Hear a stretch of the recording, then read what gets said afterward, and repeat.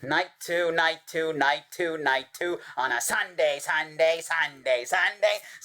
night two Summerslam. Boy, oh boy, oh boy, oh boy, oh boy, oh boy, what a night, what a night, what a night, what a night! Was absolutely insane. So much happened, so much to talk about. So let's not waste any time and let's get right into match number one. Right. Upping and downing the nights as usual. We go up and we go down, but which direction are we going? Well, match one. The women's world title. Rhea Ripley, Io Sky, and champion Naomi. Starts off with an amazing entrance. I did not know who this person was, but Naomi's dad played her. That was so to the ring. sick. Yeah, Naomi's dad is really good on the guitar. He is. He's coming. He's just shredding that guitar. She's coming down. She's hugging him. It's such a special, beautiful moment.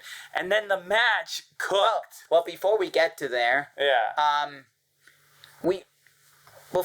before shooting, we tried to research him. Couldn't find anything on him. So if anybody knows anything about Naomi's dad, please let us know in the comments. Because Michael Cole said he played guitar for Kool and the Gang and other big bands, but we couldn't find anything. So if you know anything, please let us know in the comments below. We were kind of lost on that. But going straight into the match, we know what was obvious, right?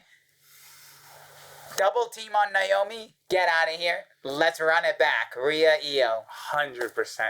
And that was the coolest part of this match to me. I mean, Naomi did her thing, and she was a great addition to it. But seeing Io and Rhea run it back is absolutely crazy. It's so cool. I feel like they're wrestling soulmates. A little too far words with that, but they do have chemistry. Could say every time they get in the ring, it's insane. At least that's my opinion. That's not Kyrie Sane. Okay. Bun. Anyways, yeah, this match was a fun match. It was. Let's see, we got spots where it's like Rhea and Io dominating, keep taking out Naomi. Eventually, Naomi comes back, dominates, only to go, nope, get out of here. It was almost like, hey, I'm gonna do something about this, but no, you get out, go away, get out of here. Yeah. And then they go outside, do some spots. Naomi dominates, and then Io and Rhea go, no, you stay out of this. I did love how they just kept keeping Naomi away. And then there's that big moment in the match where Rhea hits the Riptide on Io, and then you see Naomi with her craftiness, the ultimate opportunist levels. Before that, she hit that on Naomi only for Io to reverse to break the pin, and then she went for it. Yeah, that was even cooler. She hits that split leg. You think that's all she wrote. Kick out into the over the moonsault, and then you get that final sequence. Just chef's kiss. Yeah. Beautiful way to end the match. It was good. And the roll-up was so Naomi. It just worked perfectly. The heelish tactics. It fit, like the fact that we know that it was Rhea, Io the whole time. And Naomi just goes, you want to kick me out? I'm going to sneak one in and prove it. You can't kick me out. She keeps the belt. It's honestly a very stellar opener. And it's a hot one. A hot opener. Hot take for a hot opening for a hot women. We're giving this a 3 points. We're giving this 3.75 stars. But that was not what I meant. But that is what you should mean. Anyways, next match. The match that everybody's been looking forward to. Well, when I say looking forward to is, I'll take you back. Go back to WrestleMania weekend, right?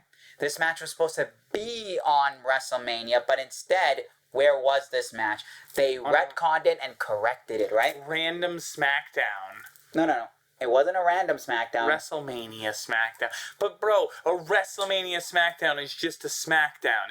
Just because you put WrestleMania in the name, it does not mean that it's WrestleMania. Exactly. But this time they said, let's retcon it and put the TLC.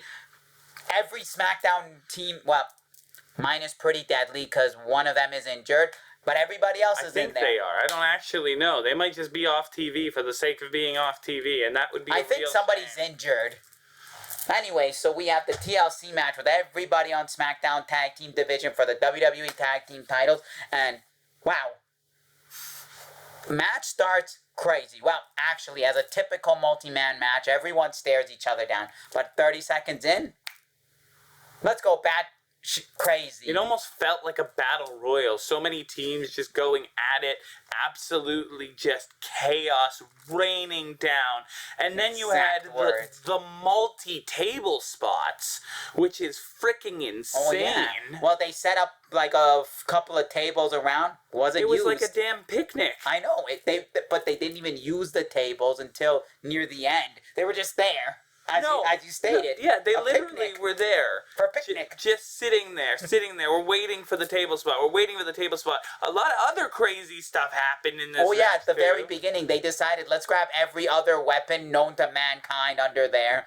Table, ladder, chair, and whatever else that's legal in a TLC. It absolutely floored me. It was one of the coolest TLC matches we've seen in recent memory. Yes, and you know what else was cool? If you guys remember James Ellsworth, well, we got a repeat of that with Candice LeRae.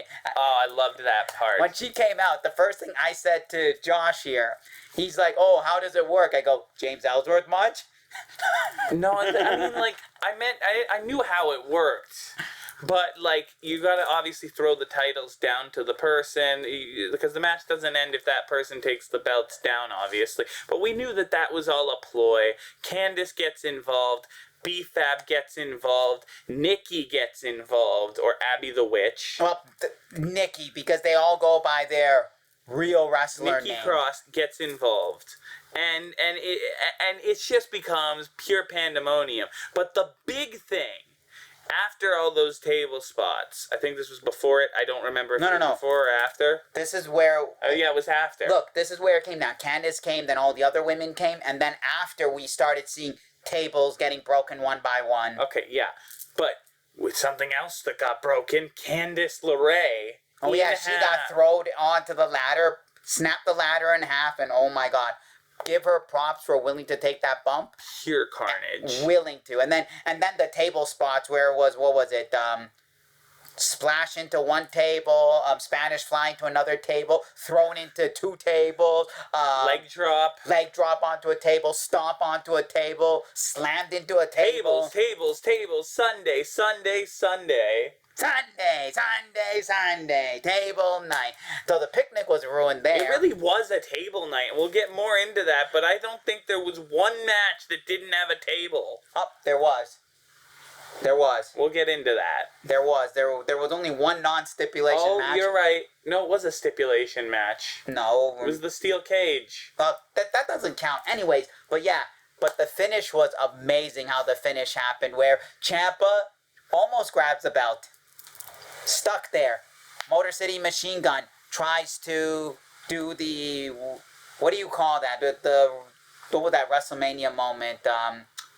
Edge spear. They tried to pull the edge, yeah. And Ciampa, props on Ciampa, because that takes a lot of strength to do. Fully moves out of the way. Moves out of the way, and he's hanging upside down with his legs. That was such an inventive way to do that. Yeah, I'll give him props for that, though. And then what happened after? And then Uncle Howdy gets up. Uncle Howdy gets slammed right down into the ladder with the, what was it? Sunset flip by Andrade. Phoenix is climbing. Phoenix gets dropped by Joe Gacy, and, well, your Wyatt Sixes retain, boy. Yeah, I mean, and logical choice. They just got the belts. There's no way that they were gonna lose. I also love how they won the match. Was with all the shenanigans, all the Wyatt Six getting involved. Oh, we forgot to talk about that insane sunset flip from Andrade. I just did. No, I just did. I brought it up. That was okay. near the end. But yeah, I will give them props because going back on that, I will give Andrade props. He did the move. He himself hit the ladder too, and so I'll give him props. He was willing to risk his body just as much as Uncle Howdy. Yeah, 100%. Yeah. So this match gets a good climb, ladder climb. We're climbing all the way up to a 4.5 stars. 100%. Totally deserved. Yes. Next is the women's IC title. The one match I wasn't looking forward to. I was more like, but I will also say this. Match was very slow. Very, very slow, and I was bored. Were you not bored? What? The start of the match. Oh, the start, yeah. It was very boring. Like, the first half was literally boring as shit. They were building up, but then that gradual build turned into something beautiful. Yes, they go outside. After, like, we won't even say the second half. The 1/3 of the way into the match, they quickly go out, and that's where the no DQ, no count out brawl. We're talking chains to the mouth. Well, that was later. But we're talking we're kendo. It was kendo galore to begin with. Well, right? yeah, it was a Sandman tribute. It just felt that way. We literally got a Russian leg sweep with the kendo stick, and that was beautiful by Becky. Oh, that was. If Sandman's watching this, tell us you love that tribute to you. But if there was ever a moment to say this was a star-making performance for Lyra Valkyria, it would be this match. Oh, yeah, it was. Because, like, look at here. We got Lyra sets up tables. More tables! I told you there was a lot of tables tonight. Lots of slimming of the jimmies of the tables. It's kind of weird. A lot of pay-per-views will have one specific weapon. If you look at, like, one of the old Backlashes, it was all garbage cans. You know, like, it's just a thing that they do. Tables. Mm-hmm. Tables galore. And then after the table wasn't used yet. Yeah. We got Toolbox. Becky the Tool Woman. Well, I mean, like what was it? Tim the Taylor Tool Man. Yes. Becky the Tool Woman Lynch. But we also have to look at it from the perspective of references. We're going with the Sandman reference. Now we're going with Hell in a Cell references to the match between Seth Rollins and The Fiend. True, but also, as of recent, answer this one in the comments. Answer it, please. Why is it all of a sudden a lot of wrestling matches that have, like, stipulation type matches, they're starting to use a toolbox and digging through a toolbox? Answer me that. They haven't done that in... They've been doing this. Yeah, but it's recently that they've been doing it like it's a thing. But in the past, it wasn't really a thing. Well, no, I think it's been a thing since the Fiend match. Right, but I'm saying, like, it's like wrestlers are now, not just here, and everywhere is now doing it. But in the past, so just let me know in the comments, like, what's the feel on it? I'm pretty sure they've used it in, like, the early 2000s once or twice. Yes, but it wasn't a thing. I guess it's not like, now it's a thing. I wouldn't say it's a thing. But then it came the very inventive part of the match that I really liked, which was the zip ties. She zip ties. Love it. Lyra Valkyria, and she's just fighting from behind the entire rest of the match, trying to break these zip ties, and she's pulling out this crazy offense with just her feet. It was wild to see. Oh, yeah. Super, super entertaining.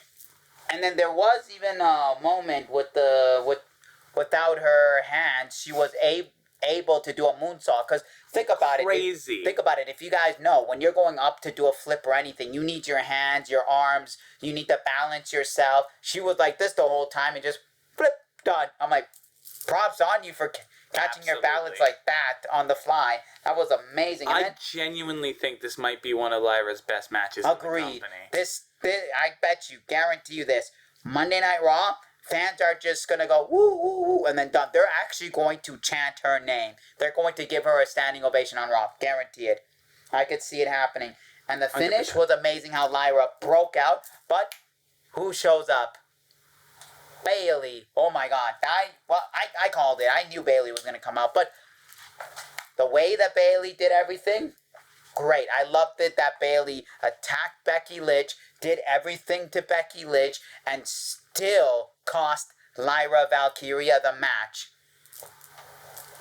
Yeah, I mean, like, I kind of saw it coming once she got out there, but then a part of me was like, oh, she's going to screw over Becky. This is Lyra's star-making moment. So a part of me is a little bit sad that Lyra didn't win this match, but I think she's on to bigger and brighter things, and I think she might be heading further up the card, which is always great. First, she's obviously going to have a feud with Bayley, and I think we're heading towards a Bayley heel turn. Oh, 100%. So I understand where that's going, and I actually thought we were going to get it much earlier in the match when Lyra was sandwiched in the chair and she had the choice, but they pulled a pump fake on us, right? Yeah. And then Bayley ends up screwing Lyra anyways. A part of me feels like that was not an accident. No, it was an accident, but I feel like what they're going to do is they're just going to let Bayley be like, you know what, screw it. If you don't want to believe it, I'm just going to turn heel and say screw you. And I do feel like that's our next logical step. 100%. Is we're getting a Lyra-Bayley feud. Oh, 100%. Wait, not that we didn't already have. No, but now, what is this going? This is going buck wild to 4.25 stars. This match, Wild deserved. Buck Wild? Yeah, we buck wildin' on this. Anyways, next was the Steel Cage US title match. The reason I say it like this, for anyone who watched it, I'm sorry. Okay, if we're going to look at this just purely on the match, the moves, great. But the issue here is, match started very slow, which it's a steel cage match. Why are you starting slow like you're in a technical... Cage matches do start technical. No, but they were very slow, like as if you were watching a technical traditional wrestling. I'm like, we're here to watch a steel cage match. And the psychology 101, whoever produced this and told these guys in the My Family Tree and Jimmy, they're all like, they don't know psychology. Nobody knew psychology. First of all, let's get into that. That name is terrible. But more importantly than that, they were standing there. Oh yeah, they were just they're like, what do I do now? Oh, I don't let me know. wait for my cue. Oh, let me wait for my cue. It's like they didn't know psychology. It was so sloppy. There was a lot of things they could have done so that they could add more to the match rather than waste time. Yeah, it also didn't help that the crowd was dead. Oh no, the crowd wasn't dead. The crowd got dead halfway through. No, the crowd, yeah, but I mean, like, Jimmy comes, no pop. Well, he got popped, but then after he beat them up... Barely anything but in after comparison. He got popped, but after he beat up, tried to beat up Tala Tonga, then the crowd went, ugh. Yeah, because it just died right then and there. Like, we're good. There was just no momentum. Like Jeff Cobb tried to help out. It's like, oh, I'm supposed to do this now? I'm supposed to do this now? He's like just standing there asking. But there's no forward momentum. There's absolutely no forward momentum in this match. You're just trudging along until the finish, which was bad, by the way. It was a terrible finish. It was like, oh, Solo falls out of the cage, like magically out of zero psychology. Does that suddenly make Solo look strong? No. Does it make Jacob look like an idiot? Yes. It made both of them look like an idiot, and it made the My Family Tree and look like doofuses. Seriously. The name itself does that. Obviously. This match is getting a stunker of a 1-star. We're going all the way down to the depths of the 1-star rating. Because even after the match, when Jacob beat the hell out of Jeff Cobb and Tonga Loa, we're like, seriously? Well, what's the point? Why is Tala Tonga and Solo running? Like, they literally ran. And Jimmy's just standing there staring at them like, okay, cool. Really, come on. Yeah. We're done with this bottomless pit of a match. 100%. Next is the IC title. Phenomenal AJ Styles versus Dirty Dominic Mysterio and Okay. I'm grinning right now from ear to ear. I am the happiest. This is like I'm a kid in a candy store with this match here. AJ comes out in Eddie Lowrider, not just any Lowrider, Latino Heat WCW style with OG Lowrider. I'm like, No, oh, 100% that was so cool. But Dom also coming out with the mask and doing his thing, that was... After we've seen that countless times. He's rinse and repeating. His My whole dad gimmick, beat dad. his whole gimmick is a tribute to Eddie at this point. Oh yeah, his gimmick is a tribute, but it's a whole rinse and repeat with my dad beat dad. Look, my dad beat dad. Yeah, no, I get that, but I think Dom is coming into his own. Oh, 100%. Not even as a heel, but just as a character in 100%. himself. And that's why they're giving him the ball with this whole AAA thing and trying to make him bigger. And I feel like he is logically about to become the new leader of the Judgment Day, and it's coming soon, I feel.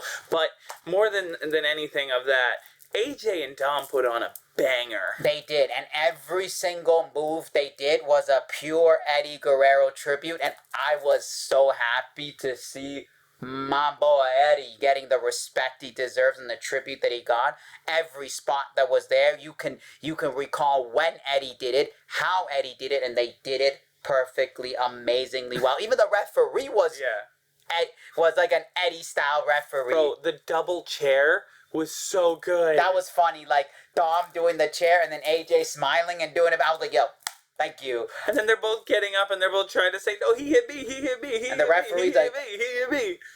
He's like, I don't know, Pele kick. Next thing you know, we're into the big ending of the match where he's coming and he's going for the calf crusher, and you see that Dom has unzipped his boot, and we get the Kurt Angle Eddie WrestleMania 20 finish. Oh yeah, the boot comes out.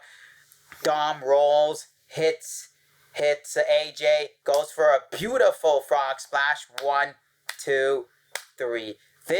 Okay, I know that the WWE and a lot of wrestlers try to do Eddie tributes, and a lot of fans get annoyed or tired because some of them can't even do it properly or overdo it or just don't execute it. Yeah. This was done perfect. This was the most perfectly, beautifully executed Eddie Guerrero tribute, and this is coming from the Eddie Guerrero fans. This is coming from a guy whose favorite wrestler is Eddie Guerrero, and I will say this is the one and only time I ever seen a picture-perfect Eddie Guerrero tribute from bell to bell, story to story. Psychologically, it felt like I was watching Eddie Guerrero in the ring again. Yeah, I 100% agree with you. I fully believe that Dom is really coming into his own as just the next Eddie Guerrero. 100%. And this match is getting a 4.5 stars. This one is going up,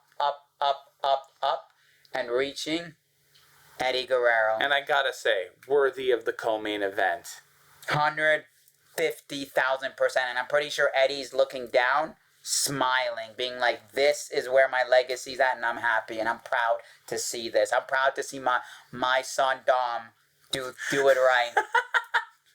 Hey, he looks more like Eddie than Ray. Yeah, 100%. But let's get into the big thing. Well, before the main event, we had Stephanie McMahon come out, announce the, the record announce of the crowd as usual. Yeah. We got last night, night 1, or night 2 was, they said night 2 was 60,561, which was tonight, and then both nights together was 113-something thousand combined, and I'm like, cool, that's great. You're in a stadium. You're in a large stadium. I'm not surprised. It's likely that you're going to sell out and you're going to do big numbers. We didn't... they do it every time. Yeah, they do it for WrestleMania and SummerSlam all the time. But then, the main event, the biggest match in SummerSlam history. Well, more so the biggest match of the summer. Okay. That too, because it's... Sure, for sure. But it's the biggest match in SummerSlam history. You have John Cena. What? Yeah. What? What? John Cena, the GOAT. Yeah. We had Cena versus Cody Rhodes. What's your problem? Anyways, I have no problem, but whatever. Cody comes out to Dusty quote, which, look, big Cody fan here. I was looking forward to, by the way, before we go, We're both huge Cody fans. says the Cena wearing guy. Anyways, look, I said it in the night one video that I said that $1,000 says Cody turns heel with Homelander. Well, you owe everyone $1,000. I don't look. It's an expression. You don't. Anyways, I'll take that in cash. But look, he came out with Homelander gear, but didn't pull the trigger, which I understand. But hey, I understand if Cody's not gonna turn heel, I don't mind it. But they teased it. But when he had the Dusty Rhodes quotes, as a huge Cody Rhodes fan and a big fan of the Rhodes family, I was a part of me was like, please come out to American Dream. Please come out to American Dream. Please come out to American Dream. Nope, didn't do it. Hey, no. Cody, if you ever stumble across this, one day, come out to American Dream. I know your father will be proud to see you come out one time to American Dream out of respect for him. One time. Just one time, please. One time. I did love the quote. I thought that was brilliant. Oh, yeah. Especially how it transitions into the epic Cody Vader and then Kingdom, which was awesome. And then we go into a great whoa from Cody. We get, the fans are really into it. Great entrance. And then we get... The match. Then we get the babyface return entrance of the greatest of all time. Okay. John Cena. Okay, we could take that away. You don't need to say the never seen 17. Exactly. He's never been and never will. What? That's what that means. That's not what that means. Look, I get it, the you can't see me thing, but it doesn't make sense for him being 17 times. They shouldn't put the 2 and 2 together. I'm just saying that it kind of conflicts with it. That's it. That's all I'm saying. It just conflicts. You're just a Cena hater. No, I'm just saying it conflicts. They shouldn't say they can't take the you can't see me thing and put it with the never seen because let's get into the match. It starts explosive. Yeah, absolutely. They just blew up like a ticking time bomb. They went boom. Let's go. Just steel steps to the face. Well, that was later. No. That was straight up. He goes into the steel steps.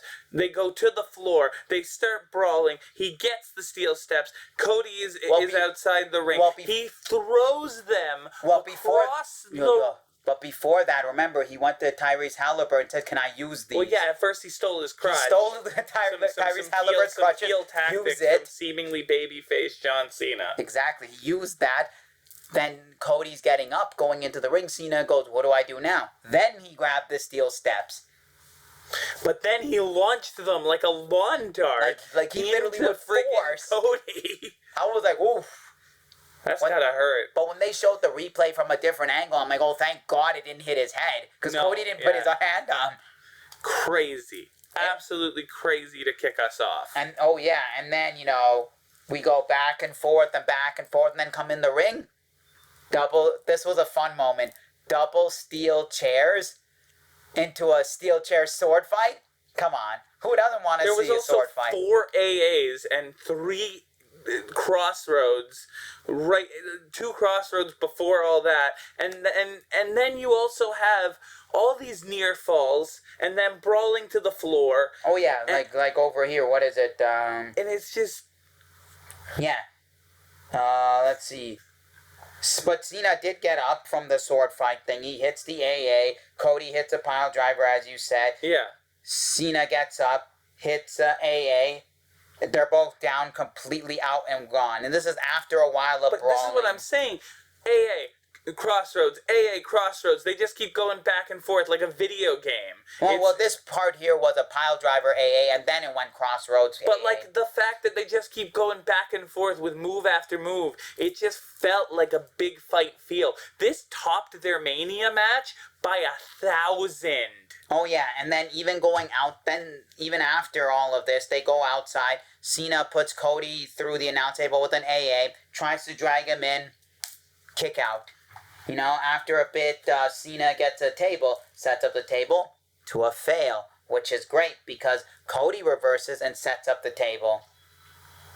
But table doesn't get used? Wait, does it? We don't know yet. Yeah. We have to wait, right? I get it. They teased us, as they normally do. And then, the big moment. The big moment. Brawl. They go back out and brawl in the crowd. They just go around the entire floor. Like, that was fun. It literally just felt like old school Cena too. He was just, he was just playing off the crowd, and he was hitting him with different weapons, and as he was playing to the crowd, we get one of the coolest spots in the match. They're brawling up to the stage. They go through the elevator shaft. Well, before that, they go under the stage. Well, yeah, they go under. They go up through the elevator shaft. Cody is on John's shoulders as he's being lifted from the heavens on the Cody Vader, and then a giant AA on the stage. Oh, yes. Absolute insanity yes. from the GOAT. And then he's dragging, and then picks up Cody, takes him to the ring, and I'm like, dude, he's gonna kick. I was like, this was cool moment, cool spot, but it's not gonna do anything because, in wrestling, when you take your sweet ass time, means a pin will never mean anything. No, 100%. So I was like, cool spot, but don't go for a pin. I was looking for more of a... He didn't go for a pin, No, though. he dragged him into the ring to try to pin him. And then he got shoved directly into the awaiting table. Yeah. There goes the spot.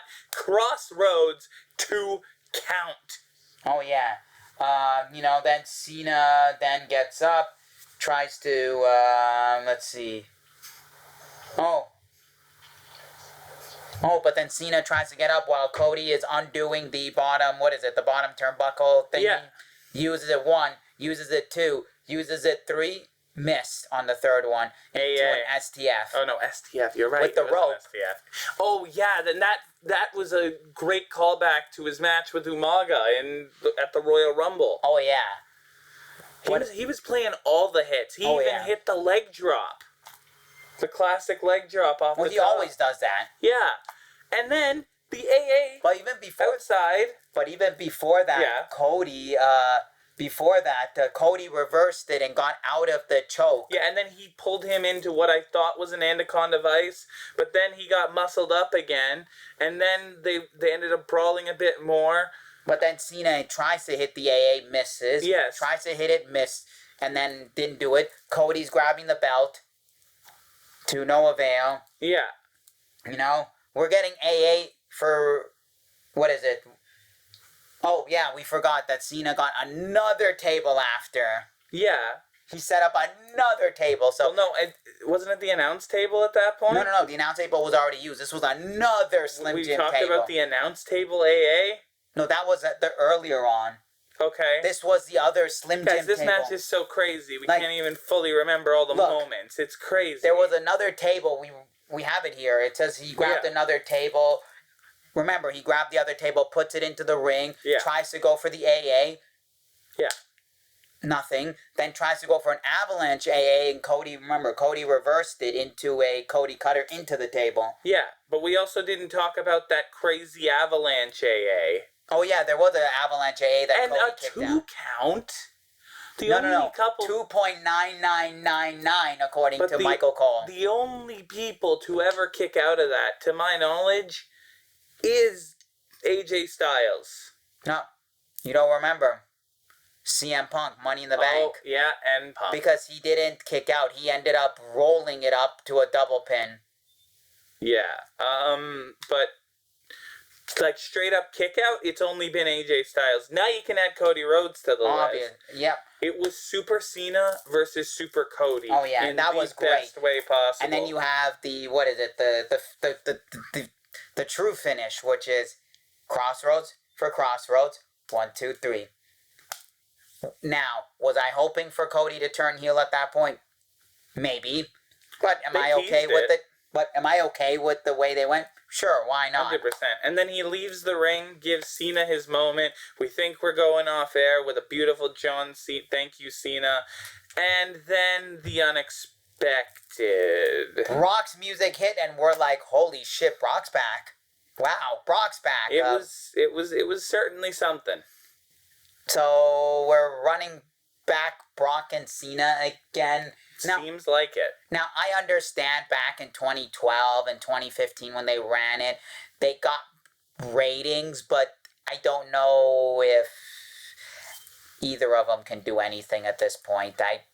Well, they're both getting up there in age, and I honestly think this was the wrong move by WWE, and that's going to be a hot take for a lot of people, but I think that the WWE doesn't need him right now. That said, they wanted to pop the crowd. They wanted a big moment. At that point, with that said, I didn't like it. I mean, they got their moment because the whole crowd kept chanting "Holy, holy" over and over again. So I mean, but is this going to be a great match? No. No, I don't think so.